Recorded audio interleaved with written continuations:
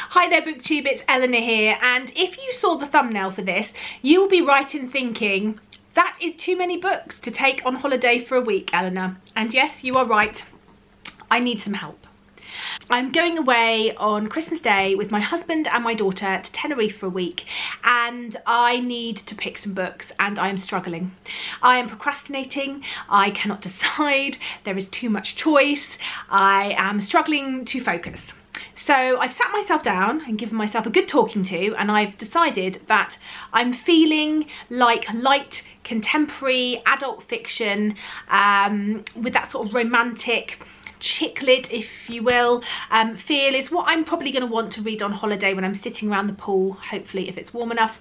And so that is books that I've picked, and I've got a few others in there that aren't like that, just to sort of even it out a little bit, but I can't pick between all of these. I have narrowed it down already, believe me. I am currently at 1, 2, 3, 4, 5, 6, 7, 8, 9, 10, 12 books, and I feel like maybe 8 or 9 at a push, so I need to try and cull this by 4. Let me show you them. The first one is Here's Looking at You, which was a book that I got recently from the lovely Janet at Swirly Girly Reads for my birthday. This is the story about a girl. She was bullied horrendously at school. She is very different now. She feels like she's moved past that. She had the nickname of the Italian Galleon, which is horrendous and obviously is associated with her size. There was a particular boy at school that really hit, knocked the nail into the coffin in making her school life horrendous, and this particular boy is now a man and has come back into her life. She feels that he's changed, but there's a niggling feeling at the back of her mind that she feels like she's a fool to be trusting him. So I think this will be a good one. So there's that. I picked up this one as a little bit of a wild card, and that is Little by Edward Carey, and this is a sort of fictionalised depiction of the life of Madame Tussauds, I believe. I think it's fictionalised. I think this is based on Madame Tussauds, but I don't think it is a complete biography. I think it is written more as a story.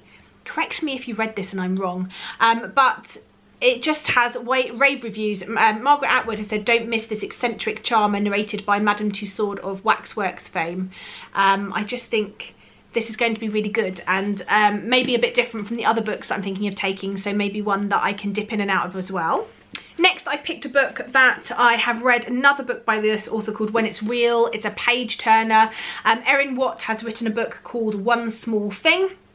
It says on the front, a boy, a girl, an impossible situation. I believe this is about a girl whose sisters died. She sneaks out to a party. She meets a boy everyone is been talking about, and she's shocked by their connection, but this person played a part in her sister's death, and it's sort of a forbidden romance story. So there's that. I have taken off my shelf Summerland by Ellen Hildebrand. I've never read anything by this author, but I've heard that she's quite a good author and covers some interesting topics. This one is set in Nantucket. Students of a high school have gathered for a bonfire.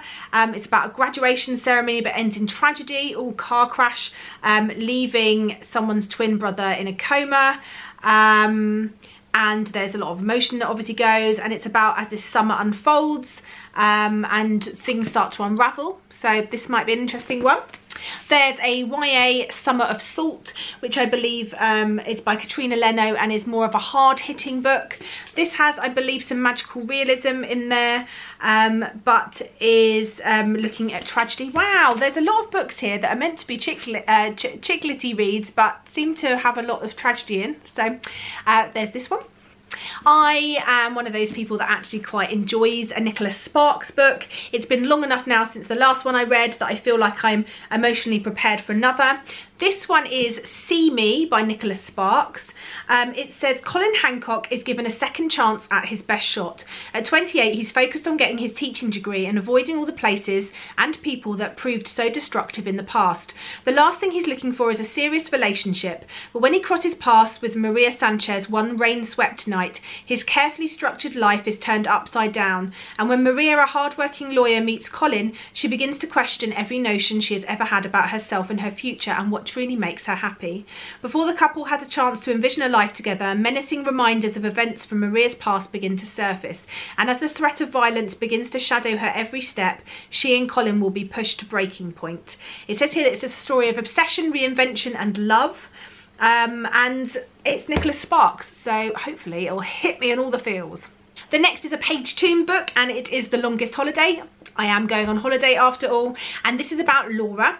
She's been married to the man of her dreams for 7 months, but a week before the wedding, Matthew made a terrible mistake. Escaping the humiliation that's now her marriage, she is whisked off to Florida's Key West by her best friend Marty. They have a carefree holiday, and distractions come in the form of sexy Cuban scuba diver Leo. Laura's instant attraction to him knocks her flying, and she falls hard. And this takes a look at what she's going to do. Is she going to go home at the end? How's it all going to work out? This sounds like a proper beachy read. Next, I have picked up I Followed the Rules by Joanna Bolori, I believe. This has got amazing reviews on Goodreads. And this is, it says, have you heard of the rules of engagement? It's a book that will teach you to find the man of your dreams in 10 easy steps. Unsurprisingly, I don't own a copy. What is it? 1892? But I'm a journalist and I've promised to follow it to the letter and write about it. Never mind that my friends think I'm insane. I'm stalking men all over town and can't keep my mouth shut at the best of times. My name is Kat Buchanan. I'm 36 and live with my daughter in Glasgow. I've been single for 6 years, but that's about to change. After all, I'm on a deadline. I followed the rules, and here's what happened. This sounds really fun. If you didn't know, years ago, well, I trained to be a journalist at university. I was a journalist, and I'm 37. So I am married still and no plans to divorce. My husband will be happy if he watches this. But this just sounds right up my street and a fun read. The next book is one that I hear nothing but good things as well, and that is Alex Approximately by Jen Bennett. This is a YA book, and it's about a girl. She's been having this sort of online flirtation with someone, and she ends up moving to the same place that this online crush lives. She decides she's going to track him down. He proves elusive. There's also someone else that starts sort of coming into the picture, and we'll follow it from there. I think I already probably know what the twisty part of this is, but sometimes with these sort of books it doesn't really matter. Next is a book by Sarah Manning, who I love. I've read a couple of books by her and just think they're brilliant, and this one is called Unsticky.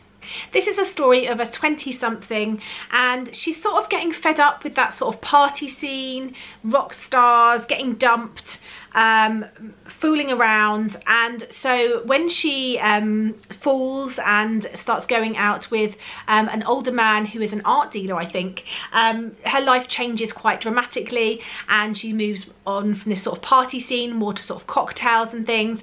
But she does start to consider, like, you know, when is the time where you know, you're a trophy wife, you know, are you selling yourself for money, and what happened to love? And so this sounds like it's going to be a fun read. Next, a more serious book, and a shorter book. I really want to read Tin Man by Sarah Winman. I hear great things about this. I thought this is a shorter read and might be something a bit different that I could pick up in between some of those more romantic reads. This is about two boys who are inseparable. I think it's got LGBT representation, and I've heard it's brilliant. So what more can I say, really? And then finally, another book that's got great ratings is My Heart Goes Bang by Keris Stanton. This is intriguing to me because often when you get a book that is set in university, it's freshers. It's the first year of university. You're following people on their first trip to living away from home, adjusting to that, their lives in this sort of situation, and you very rarely, unless it's new adult, get this sort of, you know, second or third year. And this is set in the second year of university, about a group of girls, and they're determined to make the most of their second year. They're going to work hard and no serious relationships. And it says when they find a list of guys they should date before they're 21, that's their year sorted. But will anyone's heart be all in one piece by the end of it all? I just think that sounds like it's going to be a really fun read. So what I need your help with is ruling out some of these. I don't really know how to do it. I think eventually I'm just going to have to either make more room in my suitcase, or I am going to have to just be ruthless and get rid of some. Is there any in here that you think I shouldn't take on holiday? Let me know in the comments down below, and I will definitely take your ideas into consideration, because at the moment I just don't want to not take any of them. Yeah, anyway, let me know if you've read any of these, if you liked them as well, because that might help me narrow it down a little bit, and I look forward to speaking to you soon. Bye for now, BookTube.